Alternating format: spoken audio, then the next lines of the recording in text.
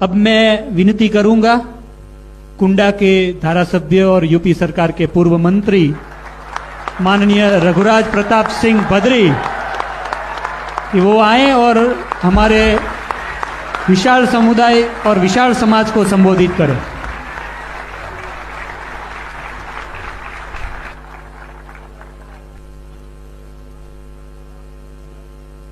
आज के इस भव्य समारोह के कर्ता धर्ता जिन्होंने हमको आमंत्रित करके आप सभी लोगों के बीच में आने का अवसर दिया, ये सौभाग्य दिया, ये सम्मान दिया, महाराज राजकोट श्रीमान धाता सिंह जी, अभी आपको सारगर्भित ढंग से संबोधित कर रहे आदरणीय महाराज मैसूर श्री यदुवीर कृष्ण चामराज जी, बड़े अच्छे विचार रखे। उन्होंने कहा कि पहले उत्तर कम आना होता था, इसलिए हिंदी पे उतनी अच्छी पकड़ नहीं है। अब राजनीति में आ गया हूं, सांसद हो गया हूं, तो उत्तर की यात्राएं बढ़ गई हैं, तो मेरा प्रयास रहेगा कि हिंदी भी सीखूं। और महाराज को अग्रिम शुभकामनाएं हिंदी सीखने के लिए। और एक और बहुत महत्वपूर्ण बात आपने कही, जिसकी समीक्षा हम अभी अपनी बात में रखेंगे। उन्होंने कहा कि उत्तर की वजह से दक्षिण काफी हद तक सुरक्षित रहा, बचा रहा। किससे बचा रहा, ये अभी इसकी चर्चा आवश्यक है आप लोगों के बीच में।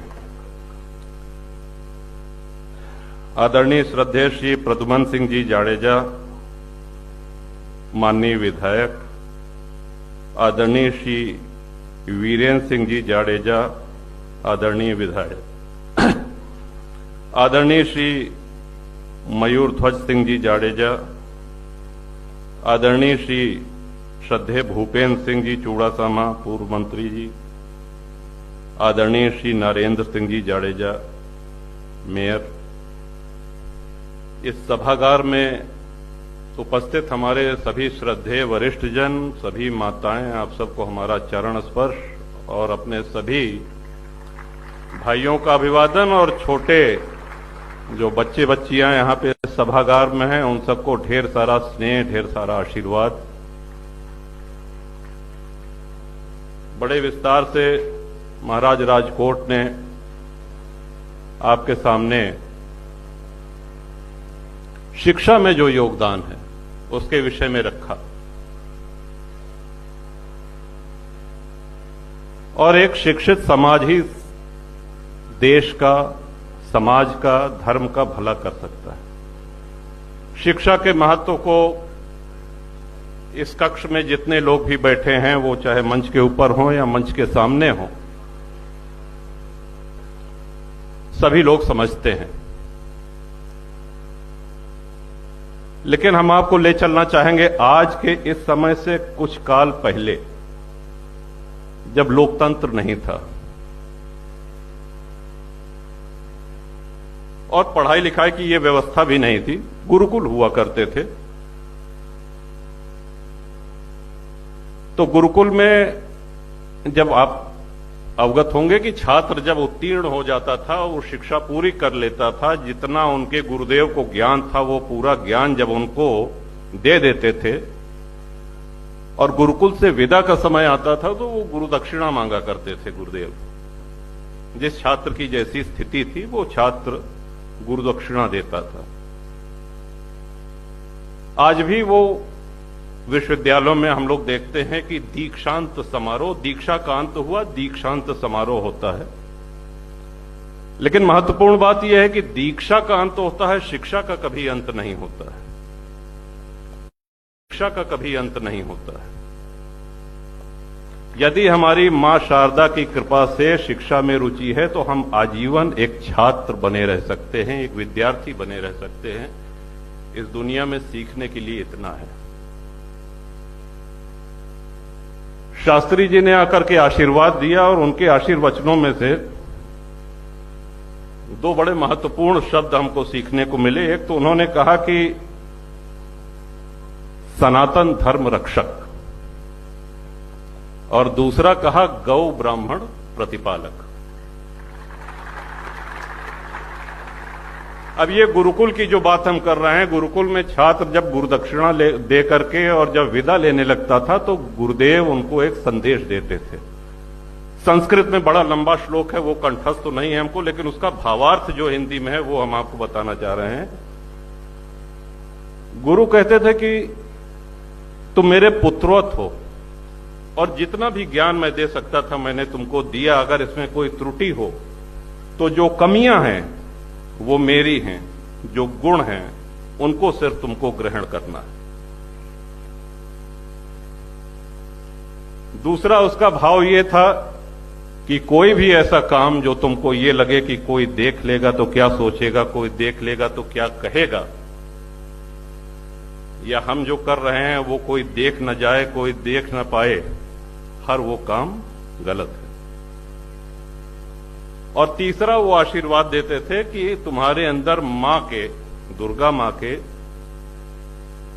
तीनों रूपों का समावेश हो, मां लक्ष्मी का, मां शारदा का और मां काली का। ये एक संतुलन है और ये संतुलन जहां और जब गड़बड़ाया तब उसकी बहुत बड़ी क्षति हमारे राष्ट्र को, हमारे धर्म को और हमारी पूरी संस्कृति को झेलनी पड़ी। और भारत तो ऐसे तमाम उदाहरणों से भरा पड़ा हुआ है। एक शब्द आजकल हम सभी लोग सुनते हैं, सेक्युलर, और प्रायः हिंदुओं पे ही ये आरोप लगाया जाता है कि साहब ये सेक्युलर नहीं है, सेक्युलर नहीं है, सेक्युलर होना चाहिए। ये सभी नौजवानों के, हमारे छोटे जितने भाई बहन हैं, ये आप सब लोगों के मुखर होने का समय है। आदिकाल से भारत ने कौन सी सभ्यता, कौन सा धर्म ऐसा है जिसको इस भारत भूमि में शरण न मिली हो। पारसी जब भगाए गए, पूरी दुनिया टहल डाले, उनको कोई आश्रयदाता नहीं था, उनको भारत में स्थान मिला, आपके गुजरात में ही। यहूदी पूरी दुनिया में मारे गए, उनको कहीं स्थान नहीं मिला, भारत में उन्होंने अपने आप को सुरक्षित समझा। तिब्बती बौद्ध,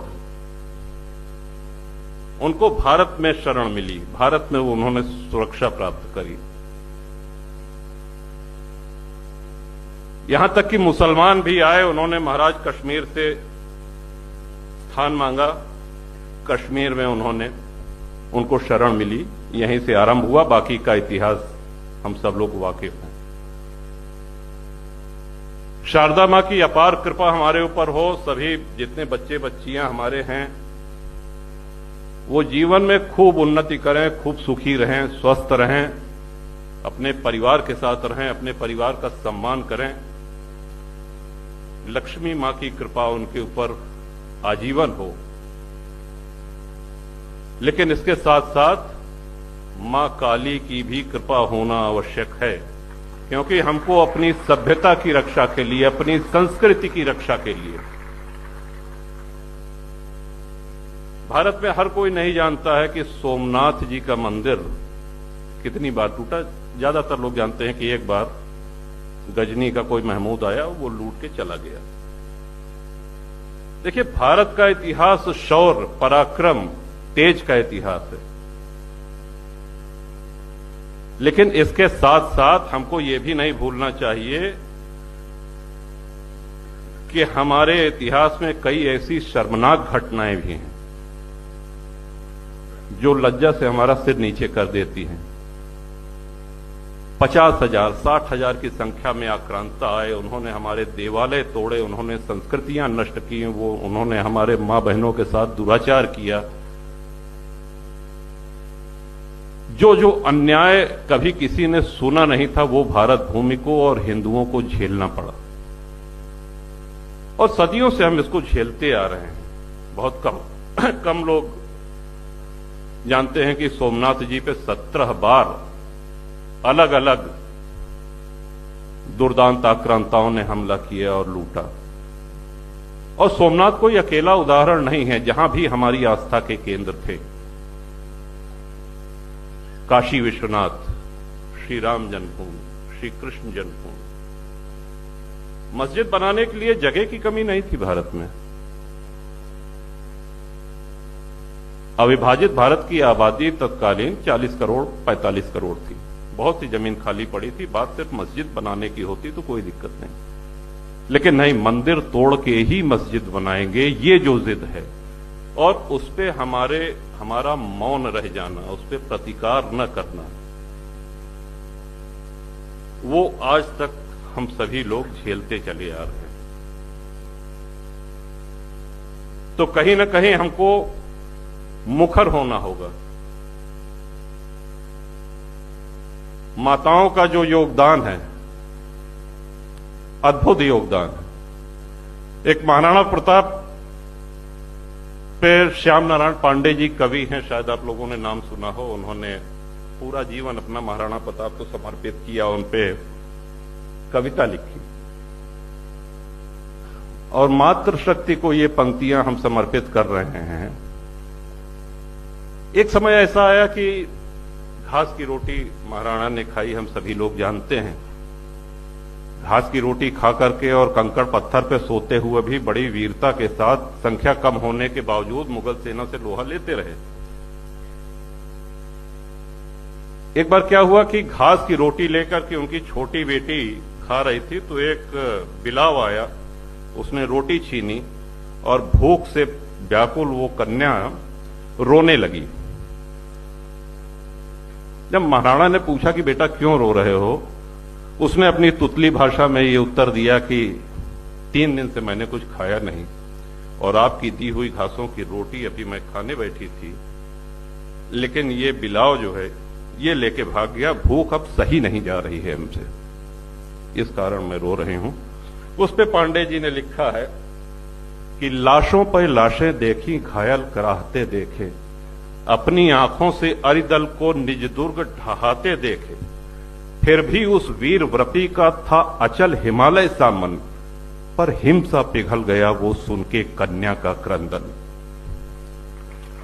अब आप कल्पना करिए क्या परिस्थिति रही होगी। महाराणा प्रताप का हौसला पस्त हो गया, टूट गए। सहने की सीमा होती सह सका न पीड़ा अंतर, हां संधि पत्र लिखने को वो बैठ गया आसन पर। वो स्वतंत्रता कैसी है, वो कैसी है आजादी, जिसके पथ पर बच्चों ने अपनी मुक्ता बिखरा दी। अब ये जब देखा कि महाराणा अकबर से संधि पत्र लिखने के लिए, समर्पण करने के लिए बैठ चुके हैं, तब रानी की भूमिका सर्वाधिक महत्वपूर्ण है। हमारे देश का इतिहास बदल जाता अगर वो वीर रानी न होती। कह सावधान रानी ने राणा का थाम लिया कर, बोली अधीर पति से वो कागज मसीपत्र छिपाकर, कि तू सतियों का अंचल है, तू पावनता का धन है, तू प्राण सनातन का है, तू जननी सेवारत है। सच कोई मुझसे पूछे तो तू भारत है। यदि तू ही कायर बन के बैरी से संधि करेगा तो कौन भला भारत का बोझा माथे पर लेगा। लुट गए लाल गोदी के तेरे अनुगामी होकर, कितनी विधवाएं रोती अपने प्रीतम को खोकर। और वो देखो तब तक चेतक और झाला ये वीरगति को प्राप्त हो चुके थे कि झाला सन्मुख मुस्ताता, चेतक धिक्कार रहा है, असी चाह रही कन्या भी तू आंसू ढार रहा है। इन पंक्तियों को सुनकर के राणा में नव उत्साह का संचार हुआ। उन्होंने फिर अपनी तलवार संभाली और स्वतंत्रता का वो युद्ध जारी रहा। ये मातृशक्ति की देन है। और दूसरी मातृशक्ति जिसको हम सबको नमन करना चाहिए वो माता जीजाबाई, स्वतंत्र हिंदवी साम्राज्य की स्थापना करने वाले शिवाजी महाराज को रास्ता दिखाने वाली, उत्साहवर्धन करने वाली, दिशा निर्देश देने वाली मां जीजाबाई। तो आज की माताओं की वो भूमिका समाप्त नहीं हुई है। आज हमारा देश एक कठिन दौर से गुजर रहा है। लड़ाई का स्वरूप थोड़ा बदल गया है। आज हमारे देश में ही राष्ट्र विरोधी तत्व है।